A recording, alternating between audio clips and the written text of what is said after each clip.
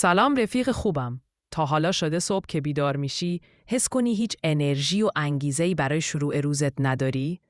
تو این ویدیو میخوام بهت چند تا تکنیک ساده بگم که هر روزت رو با ذهن مثبت و حال خوب شروع کنی.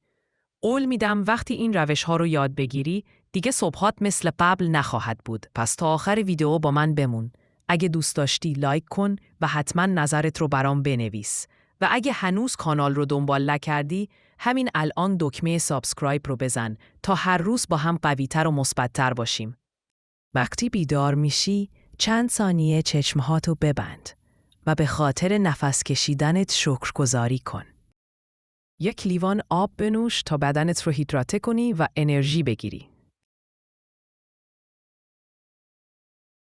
اهداف یا کارهای مهم امروزت رو بنویس تا تمرکزت بیشتر بشه. جلوی آینه بایست، به خودت لبخند بزن و بگو امروز بهترین روز منه.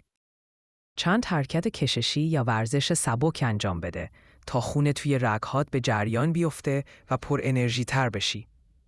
یه صبحانه سبک و سالم بخور تا بدنت سوخت لازم برای شروع روز رو داشته باشه.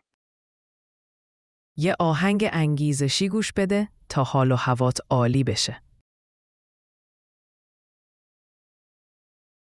یک جمله تأکیدی مثبت بگو مثل من قوی هستم و امروز بهترین اتفاقها برام میفته.